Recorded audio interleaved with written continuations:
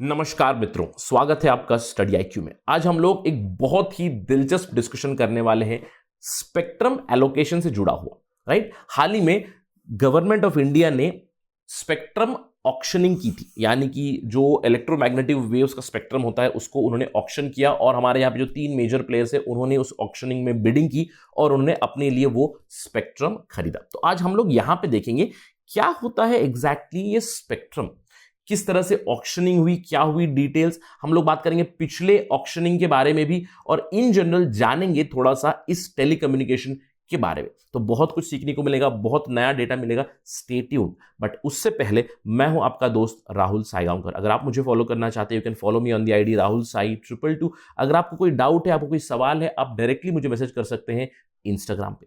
इसके अलावा study IQ आपके लिए लाया है smart course for UPSC civil services examination which gives you entry to IAS and IPS। हमारे यहाँ पे EMI फैसिलिटी अवेलेबल है। हमारे कोर्स फीचर्स को जानने के लिए और भी डिटेल्स अगर आपको चाहिए तो आप विजिट कर सकते हैं studyIQ.com या फिर आप हमारा ऐप डाउनलोड कर सकते हैं गूगल प्ले स्टोर से। And do not forget to hit the bell icon and subscribe to our channel study IQ. चलिए पहले खबर के बारे में बात करते हैं, क्यों हम लोग इस स्पेक्ट्रम ऑक्शन के बारे में बात कर रहे हैं। क्योंकि हाल ही में भारत सरकार ने टेलीकम्युनिकेशन स्पेक्ट्रम को ऑक्शन किया था 5 साल के बाद। पिछली बार 2016 में हुआ था, इस बार उन्होंने 4G स्पेक्ट्रम एलोकेशन किया हुआ है जिसमें ऑक्शनिंग की, बिडिंग हुई। वहां पे सरकार को रेवेन्यू मिला है 77,815 करोड़ रुपीस। तो काफी बड़ी रकम है। हम लोग चलिए जानते हैं कि एग्जैक्टली इस ऑक्शनिंग में हुआ क्या, व्हाट एग्जैक्टली हैपेंड। जो इंडिया में 3 मेजर प्लेयर्स है, एक है जियो, एक है भारती एयरटेल, एक है वोडाफोन इंडिया वी। राइट, तो इन तीनों ने बिडिंग में भाग लिया, ऑल्दो इन्विटेशन फॉरेन प्लेयर्स को भी था। राइट, तो यहां पे foreign players were also allowed but they had to register with the government or they had to go for a collaboration with already existing players in India। but majorly इन तीनों ने bidding की और उसमें से सबसे ज्यादा स्पेक्ट्रम खरीदा very obviously Mukesh Ambani led Reliance Jio ने। राइट, तो इसके बारे में हम लोग थोड़ी देर में बात करेंगे किसने क्या खरीदा, क्योंकि इससे हम लोग बहुत कुछ अंडरस्टैंड करेंगे इस पूरे 1G 2G 3G 4G 5G spectrum के बारे में और क्यों इन लोगों ने स्पेसिफिकली वही बैंड खरीदा, ये भी हम लोग जानेंगे। लेकिन पहले जानते हैं कि सरकार ने क्या ऑफर किया था। देखिए, सरकार ने ऑफर किया था एक wide range of frequency, 2308 megahertz wide frequency उन्होंने स्पेक्ट्रम में एलोकेट की थी, उसको ऑक्शनिंग की। सरकार ने इसकी रकम सेट की थी 3.92 लाख करोड़, यानी कि जो भी अभी जिस किसी बैंड में भी खरीदेगा इस रेट के हिसाब से वो जितना भी ये बैंड खरीदेंगे इतने रेट के हिसाब से उससे नीचे बिड नहीं कर सकते। राइट, तो इसीलिए व्हाटएवर से if I want a 10 megahertz और 20 मेगाहर्ट्ज बैंड तो it will be calculated on the basis of this particular amount and I have to bid higher than that, उससे ज्यादा मुझे बिड करना पड़ेगा। तो डिपार्टमेंट ऑफ टेलीकम्युनिकेशन ने ऑक्शन में 4G स्पेक्ट्रम में उन्होंने बैंड रखी थी 700, 800, 900 मेगाहर्ट्ज की बैंड थी और हायर बैंड्स भी थे। हम लोग जानेंगे इनके इंपॉर्टेंस भी थोड़ी ही देर में। तो जितना ऑक्शन हुआ था 2308 मेगाहर्ट्ज, उसमें से केवल 37% बिका है, यानी कि 855.6 मेगाहर्ट्ज की ऑक्शनिंग हुई है। ये बेसिकली डिवाइड हुआ है जियो, भारती एयरटेल और वोडाफोन में। उनके भी बैंड रहेंगे जिसपे वो लोग अपनी टेलीकम्युनिकेशन सर्विस चलाएं।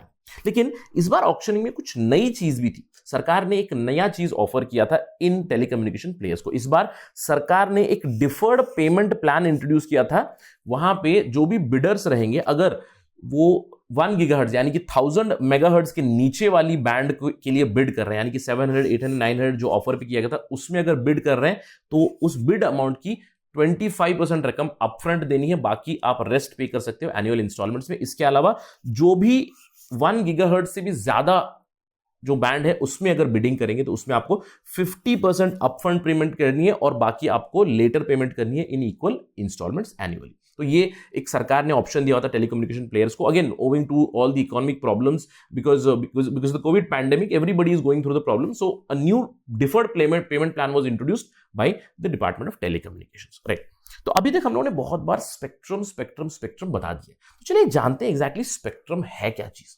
क्योंकि अगर आप मोबाइल फोन यूज कर रहे हैं, अगर आप इंटरनेट यूज कर रहे हैं तो यू ऑब्वियसली नो तो ये कैसे कम्युनिकेट हो रहा है। ये कम्युनिकेट हो रहा है एयरवेव्स से। एयरवेव्स यानी कि जो इलेक्ट्रोमैग्नेटिक वेव्स जो ट्रैवल हो रही है उनसे हमारा कम्युनिकेशन हो रहा है। अगर हम लोग इलेक्ट्रोमैग्नेटिक स्पेक्ट्रम के बारे में बात करेंगे, आपने स्कूल में पढ़ा होगा, लो फ्रीक्वेंसी से अगर हाई फ्रीक्वेंसी की बात करूं तो आप देख सकते हो कि इस दिशा में ये इलेक्ट्रोमैग्नेटिक स्पेक्ट्रम मूव होता है। शुरुआत में जो रेडियो वेव स्पेक्ट्रम है लो फ्रीक्वेंसी की रेंज में आता है, यहां पे 3 किलोहर्ट्ज और 300 गीगाहर्ट्ज उनकी जो फ्रीक्वेंसी होती है, यू कैन सी हियर। इसके अलावा आगे अगर बढ़ेगा तो माइक्रोवेव मिलेगा आपको, इंफ्रारेड मिलेगा, हमारी विजिबल लाइट की रेंज रहेगी अराउंड 400 नैनोमीटर वेवलेंथ के आसपास। फिर उसके बाद यूवी, एक्सरे, गामा रेस और हाईएस्ट फ्रीक्वेंसी हाई पावर वाली आपको पहुंच जाएंगे। लेकिन हम लोग अभी कहां पे बात कर रहे हैं, we are talking about this radio wave spectrum in general. 3 gigahertz से 300 गीगाहर्ट्ज तक की बात कर रहे हैं रेडियो वेव स्पेक्ट्रम की। अब उसमें भी स्पेसिफिकली अगर हम लोग सेलफोन कम्युनिकेशन की बात करें तो ये जो ब्लू रेंज है यहां पे समझिए आप, ये ऑक्शन स्पेक्ट्रम था। स्पेक्ट्रम आप देख सकते हो कि 700 मेगाहर्ट्ज से लेकर सरकार ने 2500 मेगाहर्ट्ज तक का ऑक्शन स्पेक्ट्रम किया था, जो भी बैंड उन्होंने दिए थे। अब अगर हम लोग बात करेंगे टेलीफोन कम्युनिकेशन, आप देख सकते हो कि सेलफोन कम्युनिकेशन, अगर आप लो फ्रीक्वेंसी पे जाओगे तो क्या होगा हम लोग देखेंगे, अगर आप हाई फ्रीक्वेंसी पे जाओगे तो क्या होगा थोड़ी देर में देखेंगे। लेकिन auction spectrum is somewhere between this particular range, और आगे चल के अगर हम लोग 5G में ट्रांसफर हो जाएंगे तो we will expand this particular domain towards the other side, यानी कि फ्रीक्वेंसी थोड़ी थोड़ी बढ़ती हुई जाएगी। तो अभी फिलहाल एलोकेट क्या हुआ है, ये फ्रीक्वेंसी एलोकेट हुई है, यानी कि जो रेडियो वेव्स यानी कि जो एयर वेव्स है उसको सरकार ने एलोकेट किया। अब आपके दिमाग में सवाल आ रहा होगा कि ये बेसिकली एयर वेव्स कैसे इन्होंने एलोकेट किया, कैसे, क्या एग्जैक्टली हुआ। देखिए, अगर हम लोग बात करें स्पेक्ट्रम की, स्पेक्ट्रम मतलब इलेक्ट्रोमैग्नेटिक रेडिएशंस या एयर वेव्स, इसको कौन कंट्रोल करता है? कंट्रोल करना सॉवरेन नेशन के हाथ में, यानी कि हर एक देश का स्पेक्ट्रम उनका खुद का सॉवरेन एसेट है। यानी कि अगर मेरा देश है, मेरे देश की जो बाउंड्री है उसके अंदर कोई एयरवेव है, इलेक्ट्रोमैग्नेटिक वेव है, अगर वो ट्रांसफर हो रही है तो उसके ऊपर मेरा सॉवरेन राइट है, मैं उसको बेच सकता हूं। यानी कि अगर मेरे सैटेलाइट्स ऊपर है वहां पे तो मेरे सैटेलाइट का डेटा मैं बेच रहा हूं, अगर आप भी सैटेलाइट भेज रहे हो तो उसके लिए भी I can sell spectrum, because I am the nation, I am the state, I am the country, I am the government, तो मैं अपनी रेगुलेटरी अथॉरिटी बना के स्पेक्ट्रम के बेचूंगा।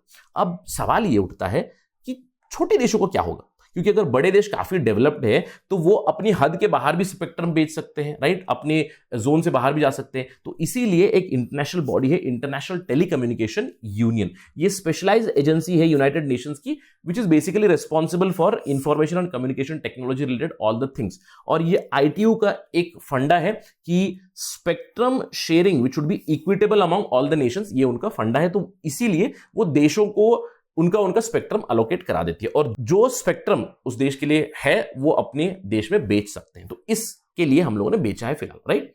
ये हो गई स्पेक्ट्रम की अंडरस्टैंडिंग। अब सवाल उठता है कि इस स्पेक्ट्रम में क्या मैं सारी की सारी फ्रीक्वेंसी बेच सकता हूं? अब ये डिपेंड करता है सरकार के ऊपर। लेकिन नॉर्मली कैसे होता है कि सरकार अपनी कम्युनिकेशन के लिए, यानी कि जो मिलिट्री की कम्युनिकेशन है, जो सीक्रेट कम्युनिकेशन है, उसके लिए अपने लिए खुद फ्रीक्वेंसी रख सकते हैं। तो इस सरकार के ऊपर कंप्लीटली निर्भर होता है कि मैं कौन सी फ्रीक्वेंसी बेचना चाहता हूं, कौन से रेंज में बेचना चाहता हूं, राइट।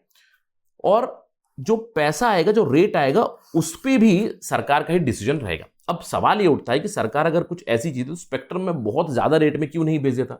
इसीलिए सरकार को बैलेंस करना पड़ता है, क्योंकि यहां पे प्राइवेट सेक्टर इन्वॉल्व है। अगर हम शुरुआती दौर की बात करें 1G 2G के दौरान, तो काफी चीप में सरकार ने स्पेक्ट्रम को बेचा था, क्योंकि BSNL MTNL प्लेयर्स थे। लेकिन जैसे जैसे प्राइवेट प्लेयर्स आते गए, धीरे धीरे हम लोग जान सकते हैं कि स्पेक्ट्रम का रेट भी बढ़ रहा है। और अगर आपको याद होगा, UPA सरकार के दौरान इस 2G स्पेक्ट्रम के ऊपर ये बहुत बड़ा बवाल हुआ था। यानी कि क्या हुआ था, उस टाइम जो टेलीकॉम मिनिस्टर थे A राजा, उनके ऊपर एलिगेशन लगा था कि अगर 2008 में स्पेक्ट्रम बेचा है तो उन्होंने उसको 2001 के रेट पे बेचा हुआ था। यानी कि they had not increase the spectrum rate. Spectrum is a resource of the nation, तो इसीलिए उन्होंने 2008 में स्पेक्ट्रम बेचा 2001 का। तो इस पे ऊपर कंट्रोलर एंड ऑडिटर जनरल की रिपोर्ट आई, उन्होंने कहा कि 1.76 लाख करोड़ रुपीस का लॉस हुआ है हमारे सरकार को, एक्सचेकर को। तो इसीलिए ये 2G स्पेक्ट्रम या 2G स्कैंडल निकला था, राइट। तो इस सब डिस्कशन का हम लोग को एक बेसिक सार क्या निकला कि spectrum is a national resource, government controls it, कोई रेगुलेटरी बनाती है जिससे वो लोग बेचते हैं। अब सवाल ये उठता है किस फ्रीक्वेंसी में बेचेंगे, वो सरकार के ऊपर निर्भर रहता है। अब उन्होंने जो ऑफर किया था, मैंने आपको बताया था, लो बैंड में 700, 800, 900 मेगाहर्ट्ज, और हायर बैंड में भी उन्होंने ऑफर किया हुआ था। अब ये ऐसे लो बैंड और हाई बैंड में ऑफर क्यों करते हैं? देखिए, इन जनरल अगर हम लोग बात करें लो फ्रीक्वेंसी ट्रांसमिशन, जो हम लोगों ने अभी 700, 800 एक्सेट्रा की बात की, तो ये जो लो फ्रीक्वेंसी है, यानी कि पावर कम है, एनर्जी कम है, तो लो फ्रीक्वेंसी होती है तो वेवलेंथ इसका ज्यादा होता है, तो डिस्टेंस ज्यादा कवर करते हैं। तो इसका मतलब क्या हुआ, लो फ्रीक्वेंसी अगर ट्रांसमिशन है तो उससे डेटा ट्रांसफर कम होगा, लेकिन वो डेटा ट्रांसफर ज्यादा जगह में होगा, यानी कि कवरेज ज्यादा हो सकती है, रीच ज्यादा हो सकती है। लेकिन वही अगर हम हायर रेंज में चले जाएंगे, जो हाई फ्रीक्वेंसी 1800, 1900, 2000 मेगाहर्ट्ज रेंज में भी उन्होंने ऑक्शन के लिए अभी ऑफर दिया हुआ था, तो वहां पे हाई फ्रीक्वेंसी जो ट्रांसमिशन होती है, हाई फ्रीक्वेंसी मतलब उसका वेवलेंथ कम होता है, यानी कि ट्रैवलिंग डिस्टेंस कम होगा, लेकिन सिंस एनर्जी ज्यादा है तो ज्यादा डेटा ये लेकर जाएगा, ज्यादा एक्यूरेटली लेकर जाएगा, लेकिन बहुत ही कम एरिया में लेके जाएगा। अब एक सिंपल सा उदाहरण देता हूं। इमेजिन कीजिए आप ट्रेन में बैठे हुए और समझ लीजिए दिल्ली से निकल रहे हैं, लेकिन जब आप दिल्ली में हो तो आपने देखा कि आपके पास यार 4G नेटवर्क आ रहा है, राइट। जैसे आप दिल्ली से बाहर निकले, समझ लीजिए 50 किलोमीटर दूर चले गए, धीरे धीरे 4G से 3G आ गया, और आगे चले जाइए थोड़ा सा जंगल के आसपास तो यूल सी कि आपका 2G नेटवर्क आ गया, या तो आपको मोबाइल में दिख जाएगा एज, EDGE। एज क्या था, 2.75 जनरेशन वाला इंटरनेट था, राइट। तो और आगे चला जाओगे तो ऐसा हो सकता है कि मोबाइल नेटवर्क ही चला जाएगा। तो अब सवाल ये उठा सकते क्यों हो रहा है, क्योंकि अगर आप दिल्ली की बात करोगे, दिल्ली में हाई फ्रीक्वेंसी ट्रांसमिशन हो रहा है, इसीलिए आपका डेटा ट्रांसफर फास्ट है, लेकिन एरिया केवल दिल्ली में है। जैसे आप बाहर निकलोगे तो थोड़ा सा आपका डेटा ट्रांसफर कम हो रहा है, क्योंकि लो फ्रीक्वेंसी आपको एयरवेव्स मिल रही है आपके मोबाइल में, इसीलिए आपको डेटा कम आ रहा है, लेकिन रीच आपकी है, मतलब दूर तक आपको नेटवर्क तो थोड़ा पहुंच ही जाएगा, राइट। तो ये बेसिक अंडरस्टैंडिंग है। अब इस चीज से हमें क्या समझ में आया कि जो भी रेगुलेटर होगा, यानी देश का जो काम है स्पेक्ट्रम बेचने का, वो काफी कॉम्प्लिकेटेड काम है। इसीलिए स्पेक्ट्रम एलोकेशन जब भी होता है तो सरकार डिफरेंट बैंड्स में बेचती है। क्योंकि अगर मैं एक टेलीकॉम इंडस्ट्री वाला बंदा हूं, समझ लीजिए I am a Jio representative, तो अभी क्या मैं हाई फ्रीक्वेंसी वाला बैंड खरीदूं या फिर मैं लो फ्रीक्वेंसी वाला बैंड खरीदूं? हाई फ्रीक्वेंसी लिए खरीदूंगा तो मैं एक जगह पे स्पेसिफिकली हाई स्पीड डेटा दे सकता हूं, लेकिन मैं अपनी रीच नहीं बढ़ा सकता। तो इसीलिए I do balance between the low frequency और हाई फ्रीक्वेंसी, दोनों के बीच मैं दोनों फ्रीक्वेंसी से सर्विस प्रोवाइड करता हूं, और इसीलिए आपका इंटरनेट भी काफी फ्लक्चुएट होता है। मैं आपको उदाहरण देता हूं फिर से वाईफाई का। आपके घर पे अगर वाईफाई होगा तो आप उस पर ऑब्जर्व कीजिएगा कि आपके वाईफाई की क्या फ्रीक्वेंसी है। वाईफाई की फ्रीक्वेंसी नॉर्मली 2.5 गीगाहर्ट्ज या फिर 5 गीगाहर्ट्ज भी होती है। दोनों टाइप के वाईफाई राउटर्स आपको मिलते हैं, लेकिन जब भी आप 5 गीगाहर्ट्ज का राउटर लेते हो, ऑब्जर्व कीजिएगा कि बहुत हाई स्पीड डेटा आएगा, लेकिन जैसे आप घर के बाहर निकलोगे आपका नेटवर्क चला जाएगा, यानी कि आपका वाईफाई कैच नहीं करेगा। सिमिलरली अगर आप 2.5 गीगाहर्ट्ज का अगर राउटर लेते हैं, स्पीड उसकी थोड़ी सी कम रहेगी, लेकिन अगर आप घर से समझ लीजिए 10-20 मीटर दूर भी चले जाए, अगर लिफ्ट के पास भी चले जाए, तो आपको वाईफाई वो कैच कर लेगा। क्यों? क्योंकि उसकी रेंज ज्यादा होती है। Simple understanding. तो अब इस अंडरस्टैंडिंग के साथ चलिए देखते हैं एग्जैक्टली क्या है हमारी हिस्ट्री 5G की, 1G, 2G, 3G, 4G, 5G की, और इस ऑक्शन में क्या हुआ। देखिए, अगर मैं 1G की बात करूं, शुरुआती दौर में 1980s में हुआ था, इंडिया में 1990s में आया। उसका नाम था AMPS, advance mobile phone systems, basically the wireless telecommunication आ गया। केवल वॉइस नेटवर्क था, यानी कि जो एयरवेव्स आएंगे उससे हम लोग केवल वॉइस ट्रांसफर कर पा रहे थे, और ये बैंड थी लो बैंड, यानी कि 800 मेगाहर्ट्ज बैंड में सर्विस प्रोवाइड करते थे ये सारे। इनिशियल दौर पे इंडिया में BSNL, MTNL, जो भी गवर्नमेंट प्लेयर्स थे वो लोग, आपने देखा होगा कि काफी महंगी सर्विस भी थी, लेकिन 800 मेगाहर्ट्ज के बावजूद भी रीच भी काफी कम थी because of lack of technological development. अब धीरे धीरे हम लोग 2G में ट्रांसफर कर गए। Developed countries did in 1990s, we did little later, probably 5 to 6 years later. तो इसका नाम था GSM, global system for mobile communication. Radio waves यहाँ पे 900 मेगाहर्ट्ज की इनिशियली यूज करते थे, लेकिन बाद में इसको शिफ्ट करा दिया गया 1800 मेगाहर्ट्ज। अब ये कैसे हुआ? क्योंकि 2G में आपने देखा होगा 2.5 GB आया था, 2.7 GB आया था, 2.75 G। और ये 2.75 G क्या था? It was the EDGE service. और ये 2.5 क्या था? इसको कहते हैं GPRS सर्विस, राइट। तो आपने ये सारी चीजें सुनी होंगी। तो धीरे धीरे हम लोग अपनी बैंडविड्थ भी बढ़ा रहे हैं। 3G में क्या हुआ? 3G में you got UMTS service, universal mobile telecommunication system service, जहां पे और भी आपकी नेटवर्क बैंडविड्थ बढ़ गई, यानी कि 3G इंटरनेट स्पीड आने का। लेकिन आपने ऑब्जर्व किया होगा आपकी 3G सर्विस आएगी केवल सेलेक्टेड सिटीज में या फिर सेलेक्टेड पॉकेट्स में। जैसे ही आप वहां से दूर जाओगे तो आपको लो सर्विस आ जाएगी, 2G सर्विस आ जाएगी, क्योंकि एक बैलेंस करना बहुत जरूरी था, कवरेज नहीं हो रहा था 3G का। और हम लोगों ने LTE में भी शिफ्ट किया, यानी कि 4G में हाल ही में। Right now we are living in India in the world of 4G, long term evolution. यहां पे 1800 मेगाहर्ट्ज फ्रीक्वेंसी के साथ ये लोग सर्विस प्रोवाइड कर रहे हैं और डिसेंट कवरेज है, लेकिन अभी भी आपके साथ होता है कि जैसे आप सिटी से बाहर चले जाओ तो आपको 4G नेटवर्क नहीं मिलेगा, आप प्रोबेबली 2G में भी पहुंच जाओगे। अभी भी 2G है इंडिया में, तो 2G नेटवर्क पे आप शिफ्ट हो जाओगे क्योंकि वो आपको लोअर बैंडविड्थ पे चल रहा है।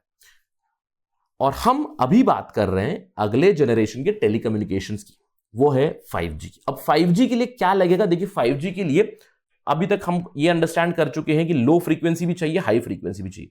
तो अगर मैं 5G में हूं तो मुझे हाई फ्रीक्वेंसी डेटा भी चाहिए और मुझे थोड़ा सा बीच वाला यानी कि हाई बैंड भी चाहिए 2000 के आसपास, 1.8 गीगाहर्ट्ज के आसपास, और मुझे लो फ्रीक्वेंसी लो बैंड भी चाहिए। इन तीनों का मिश्रण करा के मैं 5G की सर्विस प्रोवाइड कर सकता हूं।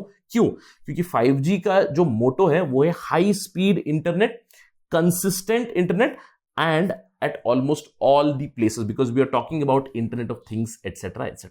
तो इसके लिए अब टेलीकॉम अथॉरिटीज को क्या करना पड़ेगा? उन्हें स्पेसिफिक मोबाइल हार्मोनाइज स्पेक्ट्रम देना पड़ेगा, नया बैंडविड्थ देना पड़ेगा, डीफ्रैगमेंटेड और क्लियर प्राइम बैंड्स देने पड़ेंगे, हाई बैंड यानी कि 3.5 गीगाहर्ट्ज वाले बैंड ऑप्शन करने पड़ेंगे आगे चल के। साथ ही साथ जो हम लोग इस रेंज में डेटा बेचते हैं in the high bands, basically I would say 1800 megahertz to 2500 megahertz, इसमें भी हार्मोनाइज्ड स्पेसिफिक स्पेक्ट्रम फिर से बेचना पड़ेगा ताकि 5G के साथ उसको इंटीग्रेट कर दे, और लो बैंड में भी उनको बेचना पड़ेगा, राइट? तो अभी इस ऑक्शन में क्या हुआ, आप इस पर्टिकुलर अंडरस्टैंडिंग से समझ सकते हो कि इन सारे प्लेयर्स ने इस बार क्या किया। देखिए क्या हुआ एग्जैक्टली। पहले तो ये 5G का ऑक्शन नहीं था, there should be no confusion. अभी जो हुआ it was a 4G auction. इसके अलावा किसने क्या खरीदा आपने देखिए, तीन बड़े प्लेयर्स मैंने बताया, जियो, एयरटेल और वी यानी कि वोडाफोन आइडिया। जियो ने क्या खरीदा? जियो सबसे बिगेस्ट स्पेंडर था, बहुत पैसे उन्होंने खर्च किए, 57,122 करोड़ रुपीस का उन्होंने बैंडविड्थ खरीदा, और उसमें मेजॉरिटी बैंडविड्थ उन्होंने क्या खरीदा? 800 मेगाहर्ट्ज। अब इससे आपको समझ में क्या आ रहा है कि रिलायंस, उनके पास कहीं कहीं पे मतलब पॉकेट्स में हाई स्पीड डेटा है, लेकिन वो अपनी रीच बढ़ाना चाहते हैं। इसके साथ ही साथ उन्होंने अपना हाई स्पीड वाला जो बैंड है वहां पे भी उन्होंने पैसा खर्च जरूर किया है, लेकिन majority 60% of the spending was on 800 megahertz bandwidth, right? अब एयरटेल ने क्या किया? एयरटेल सेकंड बायर था, ऑलमोस्ट 19,000 करोड़ के आसपास उन्होंने स्पेंड किया, और उसमें से 50% उन्होंने 800 और 900 मेगाहर्ट्ज बैंडविड्थ पे स्पेंड किया, यानी कि वो भी अपना रीच बढ़ाना चाहते हैं। साथ ही साथ उन्होंने हायर बैंडविड्थ पे भी स्पेंड किया, यानी कि हाई स्पीड के ऊपर भी उन्होंने स्पेंड किया, लेकिन मेजरली उनकी भी फोकस थी रीच के ऊपर। अब वी की बात करें तो डिस्टेंट थर्ड प्लेयर है, 2000 करोड़ के आसपास उन्होंने स्पेंड किया, और इनकी स्पेंडिंग थी mostly on the 900 megahertz bandwidth and some amount on the 1800 megahertz bandwidth also. यानी कि ये लोग भी अपनी रीच बढ़ाने के लिए कोशिश कर रहे हैं, और ये जो भी उन्होंने अभी खरीदा है ऑक्शन में, ये उनके साथ रहेगा अगले 20 साल के लिए, राइट?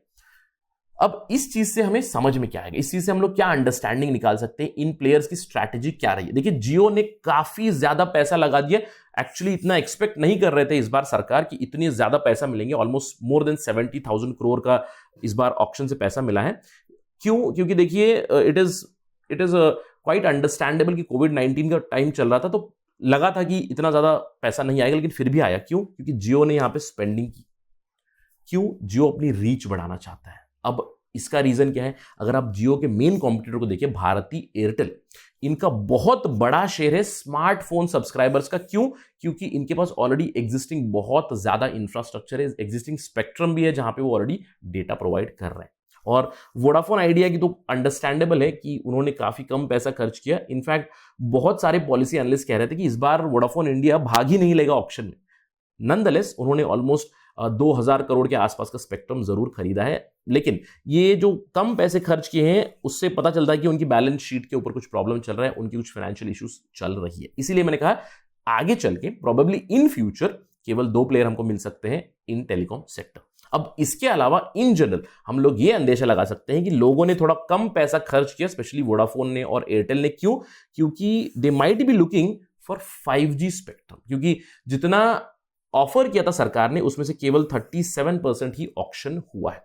अब मैं इसे कंपेयर करूंगा हमारे पिछले ऑक्शन के साथ, तो पिछली बार 40% स्पेंड हुआ था, ये क्वाइट अंडरस्टैंडेबल भी था क्योंकि पिछले बार बहुत ज्यादा प्लेयर्स थे ऑक्शन में। पिछली बार भारती एयरटेल था, वोडाफोन था, आइडिया सेपरेट था और वोडाफोन सेपरेट था, रिलायंस कम्युनिकेशन, टाटा सर्विसेज भी थे और एयरसेल भी था, राइट। तो इतने सारे प्लेयर्स ने पार्टिसिपेट किया था ऑक्शन में, उन्होंने अपने स्पेक्ट्रम खरीदे थे। लेकिन इंडिया में टेलीकॉम कंसोलिडेशन हो रहा है, अभी मेजरली 3 प्लेयर्स बचे हुए हैं। लेकिन despite that, in the pandemic year also the government has actually yielded very good in terms of the spectrum allocation and the auctioning। तो आगे चल के हम लोग ये अंदेशा लगा सकते हैं कि अभी जो ये प्लेयर है मेजर, जियो, एयरटेल और Vi, that is Vodafone Idea, ये लोग अपने पैसे बचा के रख रहे हैं क्योंकि आगे चल के जब भी 5G स्पेक्ट्रम की अलोकेशन होगी तो वो वहां पे बिडिंग जरूर करेंगे, because it is going to be a huge 5G war between all these players. So let's watch out for that। जब भी उस पर डेवलपमेंट आएगी तो हम आपको जल्द से लाते रहेंगे स्टडी आई के ऊपर। I hope you have understood the entire spectrum issue and the spectrum auctioning technicalities here. Thank you for watching. जय हिंद।